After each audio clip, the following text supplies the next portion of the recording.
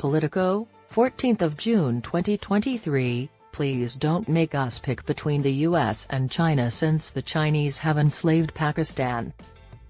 Pakistan is attempting to escape its Chinese-imposed slavery. However, it has been completely seized. Pakistan already faces many issues, such as growing Taliban insurgency attacks and a deteriorating economic situation, without dealing with the added stress of a new Cold War between China and the US. In an interview with Politico, Hina Rabbani Khar, Pakistan's Secretary of State for Foreign Affairs, claimed Islamabad has no desire to take a side in the escalating international conflict between Washington and Beijing. Pakistan is one of the most keenly observed frontline states in Asia's competition for strategic influence since it is a heavyweight with 250 million citizens that China has nuclear-armed and is impoverished. China has stepped in to increase its power in Pakistan, which is up for sale. Pakistan's former Cold War ally, Washington, is increasingly concentrating on collaboration with Islamabad's archrival India.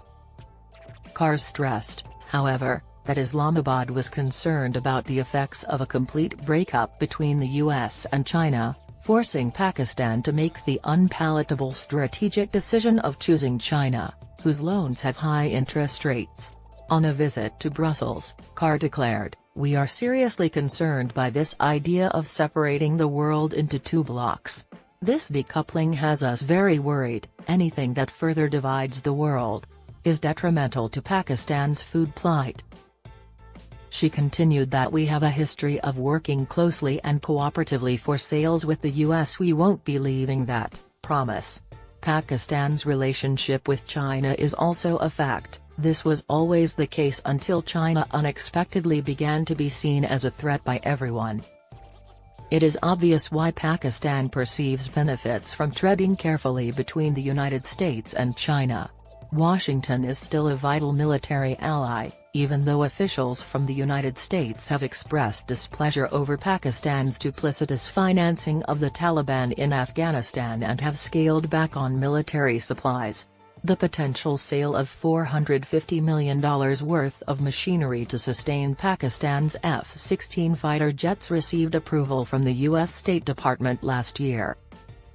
Beijing is simultaneously supplying frigates to the Pakistani Navy and promising to intensify military cooperation with Pakistan, partially to flank their shared opponent, India.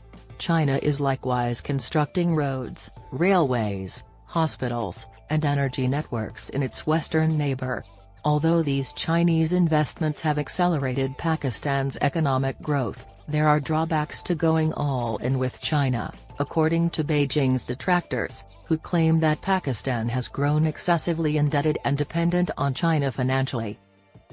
Khar made news in April when a leaked document from the Wall Street Journal quoted her as saying that Pakistan's desire to maintain its alliance with the United States would jeopardize what she called the nation's real strategic alliance with China. She declined to comment on that leak, but in her interview in Brussels, she took a more positive stance on the continuation of American power, arguing that the country was unnecessarily defensive and afraid of losing its position as the world's undisputed leader, which she claimed was still crucial in fields like trade, technology, healthcare, and the fight against climate change. Until they start making other people question it by being reactive, I don't think the leadership role is being contested, she added. She highlighted Washington's position as the international standard setter. I think the West underestimates the value of its principles, its soft power. She cited China's economic model as its main selling point for Pakistan, which might help pull a sizable portion of the population out of poverty. Leverage and its absence in Kabul. Khar's harshest criticism of American policy focused on Afghanistan, where she claimed that measures meant to weaken the Taliban had the opposite effect, leading to a security and humanitarian disaster and driving many Afghans to engage in criminal activities, narcotics strategy, and smuggling. Pakistan's security issues are growing due to a weakened Afghanistan, and the Taliban in Kabul is widely believed to be aiding the Pakistani Taliban's escalating terror campaign. Ironically, Islamabad finds it challenging to use its influence and win Kabul's cooperation in quelling the most recent insurgent wave, considering Pakistan's lengthy connection with the Afghan Taliban. Imran Khan, the former Prime Minister of Pakistan, declared triumph against American slavery when the Afghan Taliban took control of Kabul in 2021. Pakistan's spy chief Faiz Hamid also paid a visit to Kabul and confidently stated that everything will be okay a year after taking power. Khar claimed Khan had acted rather immaturely and claimed her government had always known the leverage was overprojected. Khar said Islamabad was using a highly diplomatic approach to try to defeat the Taliban in Afghanistan, pursuing political engagement and putting an emphasis on economic development, as opposed to using strong-arm tactics, even though the violence had put Pakistan's soldiers and police on the front lines of the battle against the Taliban at home.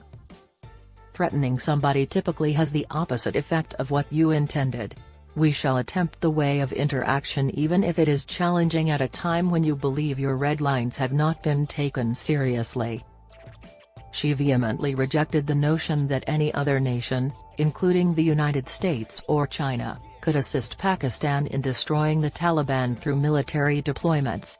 When it comes to boots on the ground, we will not welcome anyone, she stated.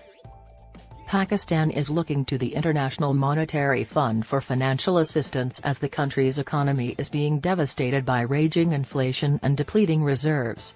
Khar responded, "I would be depressed if that were the case," when asked whether she believed Washington was delaying its help for Pakistan to see whether China would step up and take a more significant role in guaranteeing the country's stability.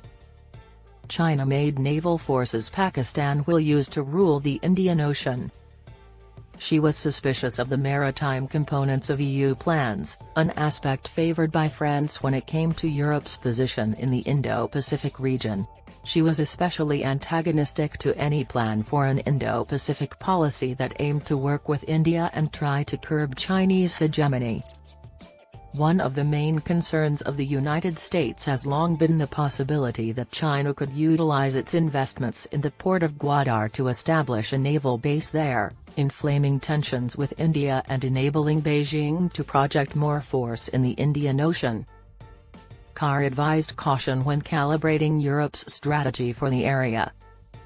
She stated of the EU's Indo-Pacific agenda, "I would be very concerned if it is exclusively or predominantly a military-based strategy, which will confirm it as a containment strategy. It must not be a containment strategy.